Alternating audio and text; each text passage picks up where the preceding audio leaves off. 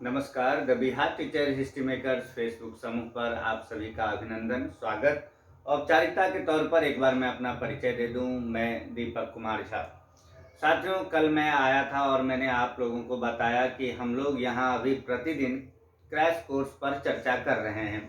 इसी क्रम में मैं आपके लिए जो 10वीं वर्ग की पाठ्य वस्तु है संस्कृत की, उसको आपके सामने उपस्थापित करूंगा। जो भी महत्वपूर्ण प्रश्न हैं उनसे एक बार हम लोग अवगत होंगे। तो आज पहला पाठ जो है जिसका नाम है मंगलम, उसके कुछ महत्वपूर्ण प्रश्नों को हम देखते हैं। वैसे तो पूरा पाठ ही महत्वपूर्ण होता है, फिर भी हमें जितना लगता है कि विगत वर्षों में जो प्रश्न बच्चों के सामने आए हैं उन प्रश्नों का थोड़ा सा यहाँ संकलन किया गया है। उन प्रश्नों पर एक बार हम लोग चर्चा कर लेते हैं। सबसे पहला प्रश्न है, मंगलम पाठ में कितने मंत्र हैं? पहला जो पाठ है हमारा मंगलम, और उसमें मंत्रों का संकलन है। तो मंगलम पाठ में कुल 5 अर्थात 5 श्लोक हैं।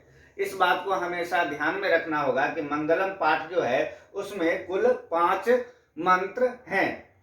दूसरा प्रश्न है, मंगलम पाठ के श्लोक कहाँ से लिए गए हैं? मंगलम पाठ के श्लोक उपनिषदों से लिए गए हैं। जो विभिन्न उपनिषद हैं उनसे ये श्लोक लिए गए हैं। अब जैसे पहला मंत्र है हिरण्यमयेन पात्रेण, ये श्लोक कहाँ से लिया गया है? ये जो मंत्र है, यह जो श्लोक है वो कहाँ से लिया गया है? तो वो ईशावास्योपनिषद, एक उपनिषद का नाम है ईशावास्योपनिषद, वहां से हिरण्यमयेन पात्रेण। जब आप अपनी पाठ्य पुस्तक को देखेंगे तो पहला श्लोक है हिरण्यमयेन पात्रेण। तो वो श्लोक कहाँ से लिया गया है? तो ईशावास्योपनिषद से वह श्लोक लिया गया है। अब उसी श्लोक में एक प्रश्न आता है कि सत्य का मुख किससे ढका हुआ है? सत्य का मुख अर्थात मुंह किससे ढका हुआ है?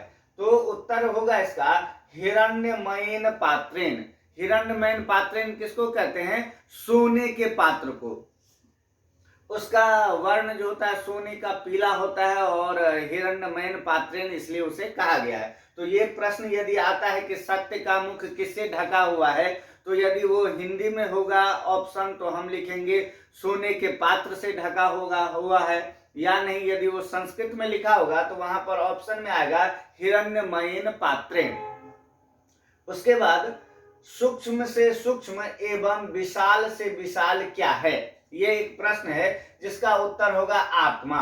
आत्मा सूक्ष्म से सूक्ष्म और विशाल से विशाल है। ये जब हम श्लोक 2 पढ़ेंगे तो उसमें हमें ये ज्ञात होगा, आत्मा के स्वरूप के बारे में बताया गया है कि अणुरणीयान महतो महीयान, अर्थात अणु से भी छोटा और विशाल से भी विशाल क्या है? तो वो आत्मा है।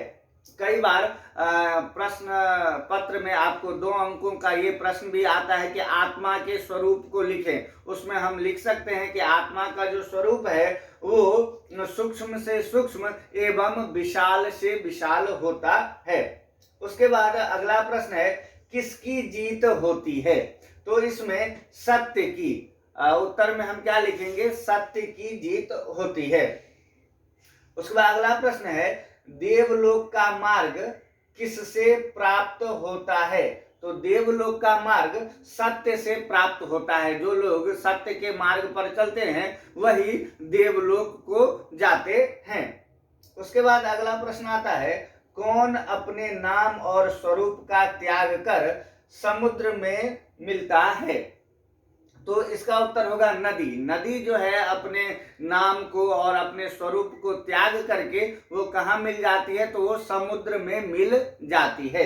तो इसका उत्तर आएगा नदी। ये भी कई बार प्रश्न आ चुका है। उसके बाद अगला प्रश्न है, उपनिषद किसका अंतिम भाग है? ये भी प्रश्न बार बार परीक्षाओं में आता है। क्योंकि ये जो मंगलम पाठ है वो कहाँ से लिया गया है? तो ये उपनिषदों से लिया गया है, इसलिए पूछ देता है कि उपनिषद किसका अंतिम भाग है? तो वैदिक वांग्मय का उपनिषद अंतिम भाग है। उसके बाद अगला प्रश्न है, उपनिषद किसके सिद्धांतों को प्रकट करता है। उपनिषद किसके सिद्धांतों को प्रकट करता है? तो दर्शन शास्त्र के सिद्धांतों को प्रकट करता है। उपनिषद जो है वो दर्शन शास्त्र के सिद्धांतों को प्रकट करता है। और एक अंतिम प्रश्न है, अणोरणीयान महतो महीयान, ये जो श्लोक है, ये जो मंत्र है, वो कहां से लिया गया है? तो ये कठोपनिषद से लिया गया है। इसी में आत्मा के बारे में बताया गया है कि वो अणु से भी छोटा है और विशाल से भी विशाल है। तो ये जो श्लोक है, ये दूसरे नंबर का श्लोक है, ये कहां से लिया गया है? ये तो कठोपनिषद से लिया गया है। देखिए, जो पहले से लेकर तीसरा श्लोक तक है, ये बहुत ही इंपॉर्टेंट है। पहला, दूसरा और तीसरा, इसे हमें ध्यान पूर्वक इसके अर्थों को जानना चाहिए। प्रश्न हिंदी में ही आते हैं और ऑप्शन में कई बार संस्कृत के शब्दों का प्रयोग किया जाता है। वैसे प्रायः ऑप्शन भी हिंदी में ही रहते हैं। तो ये बहुत ही सरल है। इन प्रश्नों को, ये जो 11 प्रश्न हैं, इसे हम निश्चित रूप से याद कर लेंगे। और वैसे हमारी नजर पूरे पाठ पर होनी चाहिए। तो कल हम दूसरे पाठ के साथ यहाँ पर उपस्थित होंगे। तब तक के लिए दीपक को दीजिए अनुमति। नमस्कार।